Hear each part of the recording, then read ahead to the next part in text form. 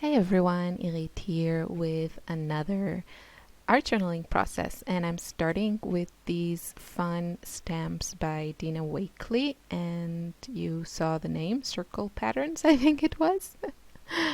My memory is amazing. Well, it was like, I don't know, 20 seconds ago, so obviously I can't remember it anymore.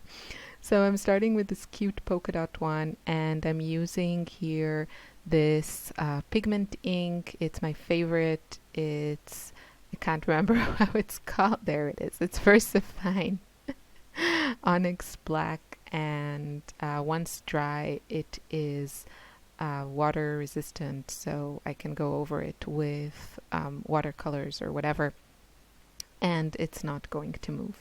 And I'm also using this lovely aquamarine archival ink, which is also permanent. So that's a good thing to just keep in mind when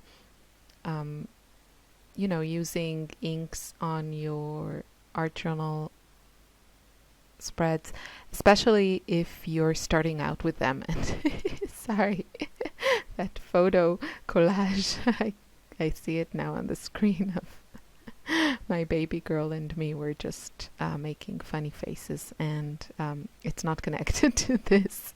I just printed out some photos. I'm also working on lots of scrapbooking stuff, so that's why it's there, just because my table is a huge mess.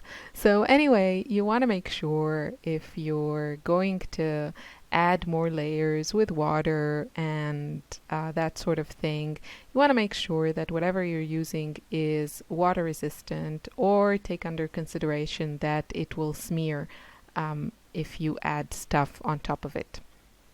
So things like the VersaFine ink is water resistant, archival inks are great, and yeah, anything that is permanent. You can also stamp with paint or something like the Liquitex inks or something like that. But ink is obviously easy and yeah, just really easy to use and less messy than something like paint. So I also added some Hero Arts neon ink, and it is also waterproof once dry. And I'm using this stencil from Dina Wakely as well. I just got some stuff of hers, so I want to use it. And it's a bit tricky with fluorescent colors. I have to say it's a little bit frustrating because they only look, the way they look in reality. And just because of, I guess, their chemical structure, I have no idea. But, with fluorescent colors, you can't see them properly on camera. When you take pictures, they don't look true to how they look in real life, and when you scan them, they also you lose all that fluorescent stuff. So that look that I love. So it's just a little bit frustrating when you use those and things look a certain way in reality, and then they look completely different through the camera. But the colors are still very vibrant and pretty. So I guess I will just endure and continue using them because I really love using fluorescent colors, inks and paints and all those good things, also watercolors.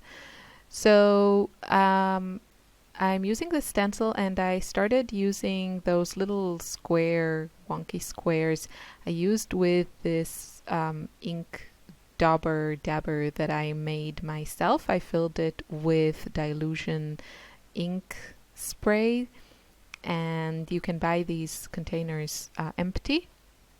I will put a link if I can remember. And the thing is, this is one of those examples of know your materials. And the dilution inks, I'm talking about the inks, not the paints. The paints are, like any other acrylic paint, they are permanent once dry. But the inks are water reactive and they are not permanent.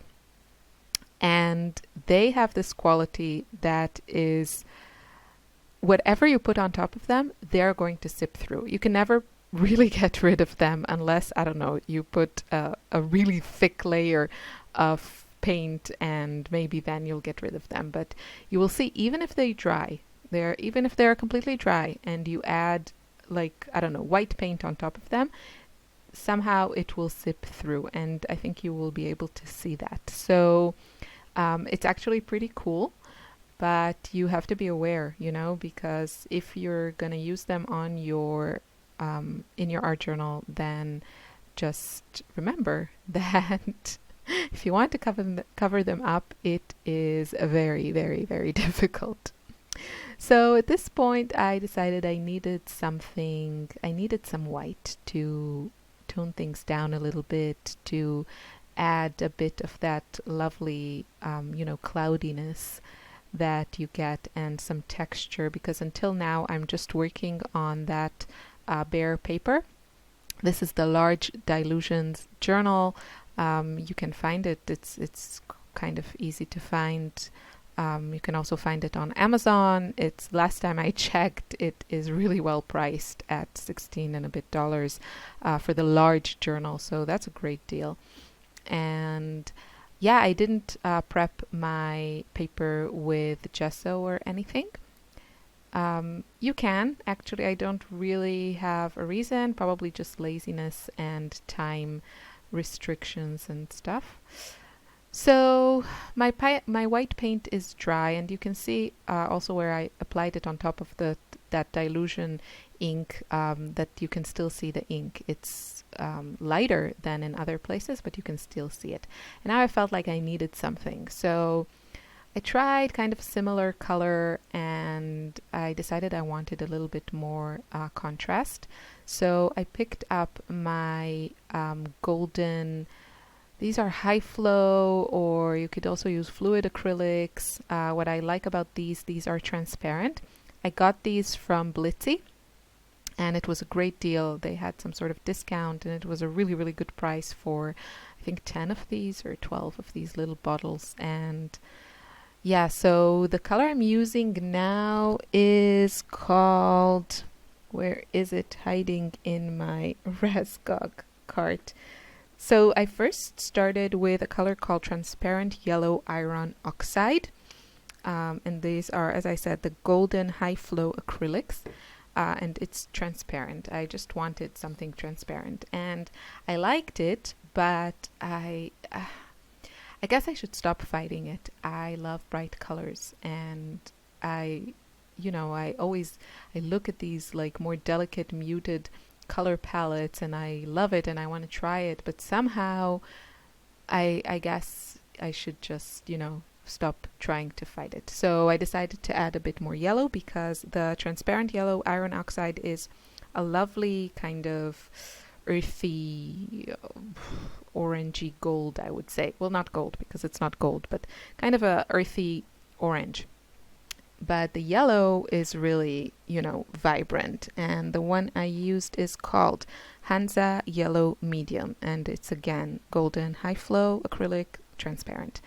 And that really gave me that pop of color that I wanted, because everything was, with these pinks and a bit coral and that aqua from the ink that I used to stamp. But I kind of wanted some light, I guess. So those two colors that I added really helped me get that effect. And because they are transparent, you can see like still every shape below them. They just kind of tint wherever you apply them. So I love using transparent paints. And it's very similar to watercolor, only these are permanent. Similar in the way that they behave while they're still dry, and the way they look, meaning they are transparent like most of my watercolors. So adding some details, just going around what I already have going on there, no need for anything new. And this was a bit of a mess up, I think. I don't know. I think I could have left it as it is. I'm looking at it now, and I really love how it looks. I don't think it needed anything. I don't know what I was thinking.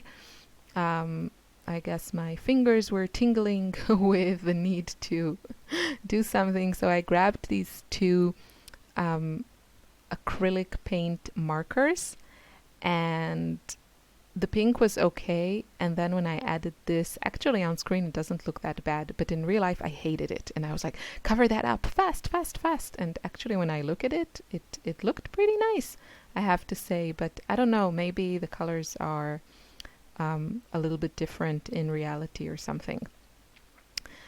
I hated it, so I just added a ton of white, and it looks okay, but I really think I should have stopped before I added the markers. And I'm just trying to remove the white paint from the areas that I like, because I didn't want to cover everything here. And yeah, just work with it. So final stages. I got some of these Dina Wakely scribble sticks, and I wanted to try them. I also pulled out my Neocolor 2, which looked to me the most similar to the Dina Wakely scribble sticks. And you know, I really like to compare things that look similar, or supplies that look similar, if I can help other people decide if it's something that they need or they can save their money. In this case, I haven't used them a lot until now, the Dina Wakely sticks, but it seems to me that if you have the Neocolor, you don't need these. They seem very similar to me, and from the little bit that I played, I found the Neocolors to perform a little bit better.